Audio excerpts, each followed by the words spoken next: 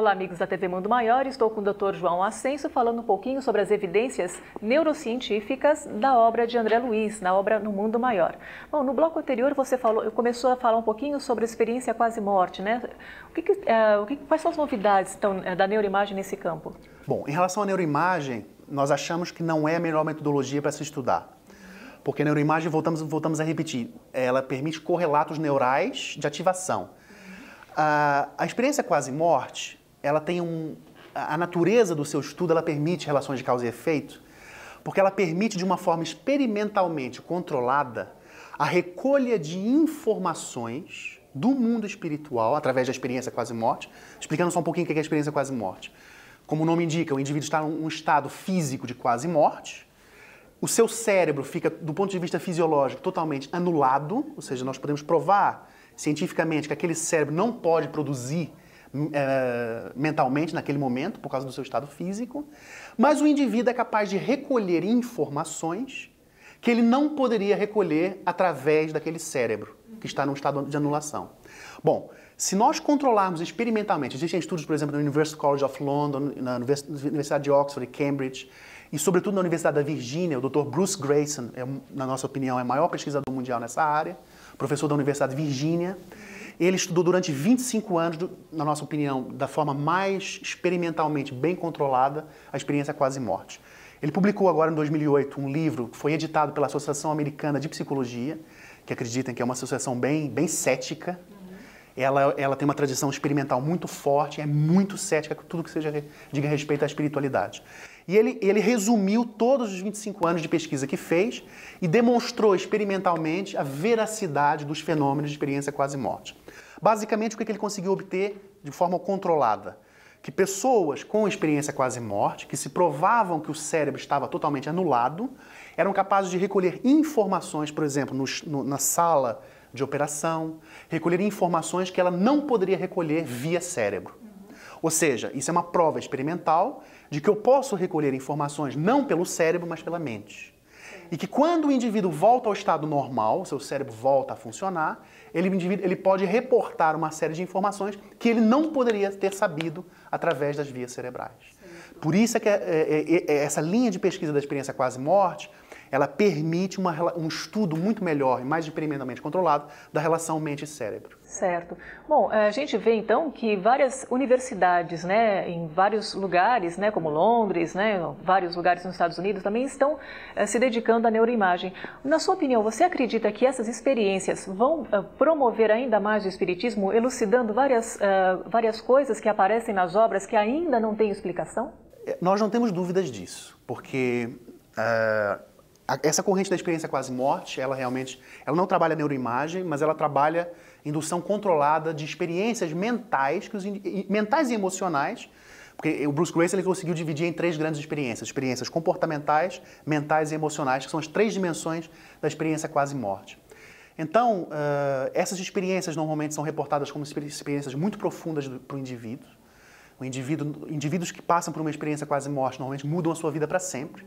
Indivíduos extremamente céticos passam a se tornar profundamente religiosos, porque viveram uma experiência emocional fortíssima e reportam informações que não poderiam ter obtido através do cérebro, o que é realmente uma coisa que a Associação Americana de Psicologia, nesse momento, começa a aceitar, primeiro, pelo rigor experimental do Bruce Greyson, e segundo, porque realmente, por exemplo, vou dar um exemplo de um caso muito famoso do Thomas Benedict.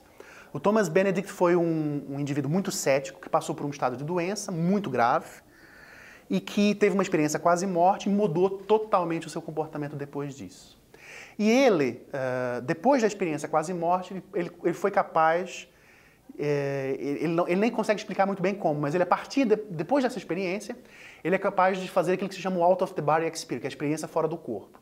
Ou seja, a experiência quase-morte lhe proporcionou a possibilidade de, quando ele quiser, induzir nele próprio a experiência fora do corpo.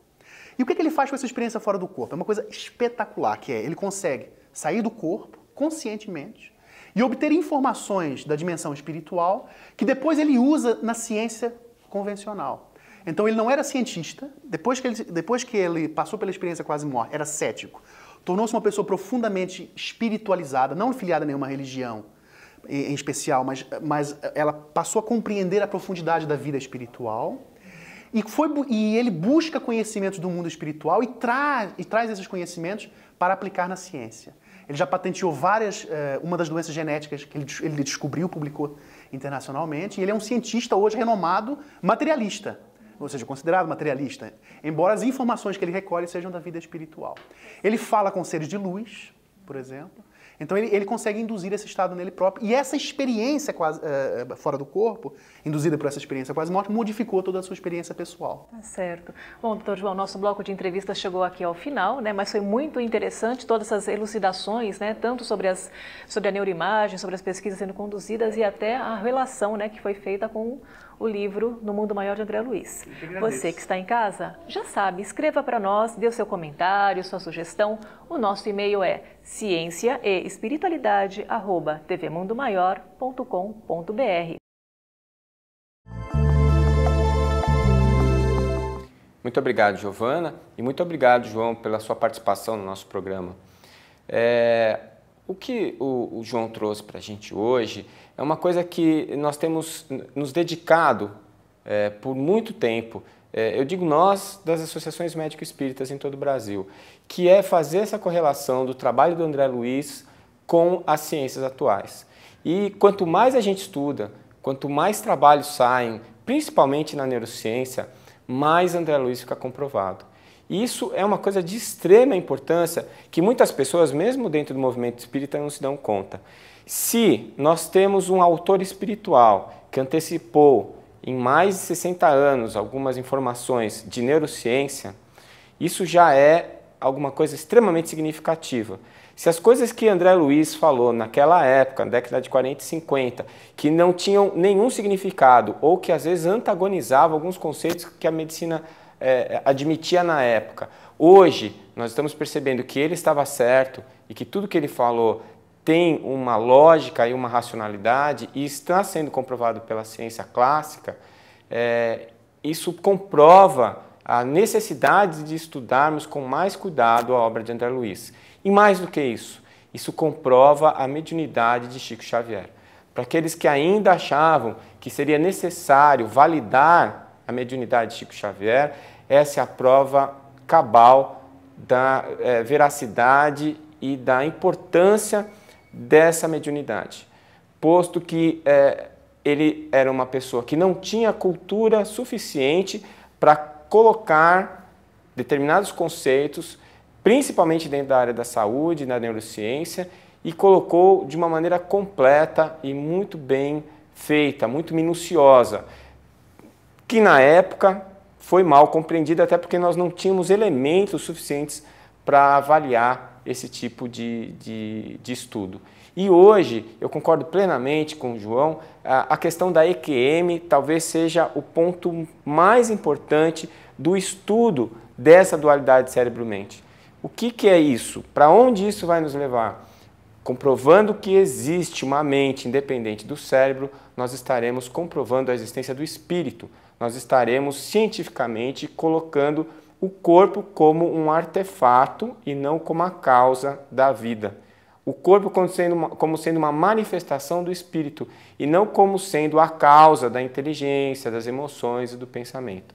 A neurociência está indo claramente por esse caminho. Eu acredito que já existem elementos suficientes para a gente admitir isso como verdade, mas, como disse Schopenhauer, as grandes mudanças, as grandes revelações, os novos conceitos inicialmente são ridicularizados, depois violentamente combatidos, para numa terceira etapa, então, serem aceitos como verdades autoconscientes.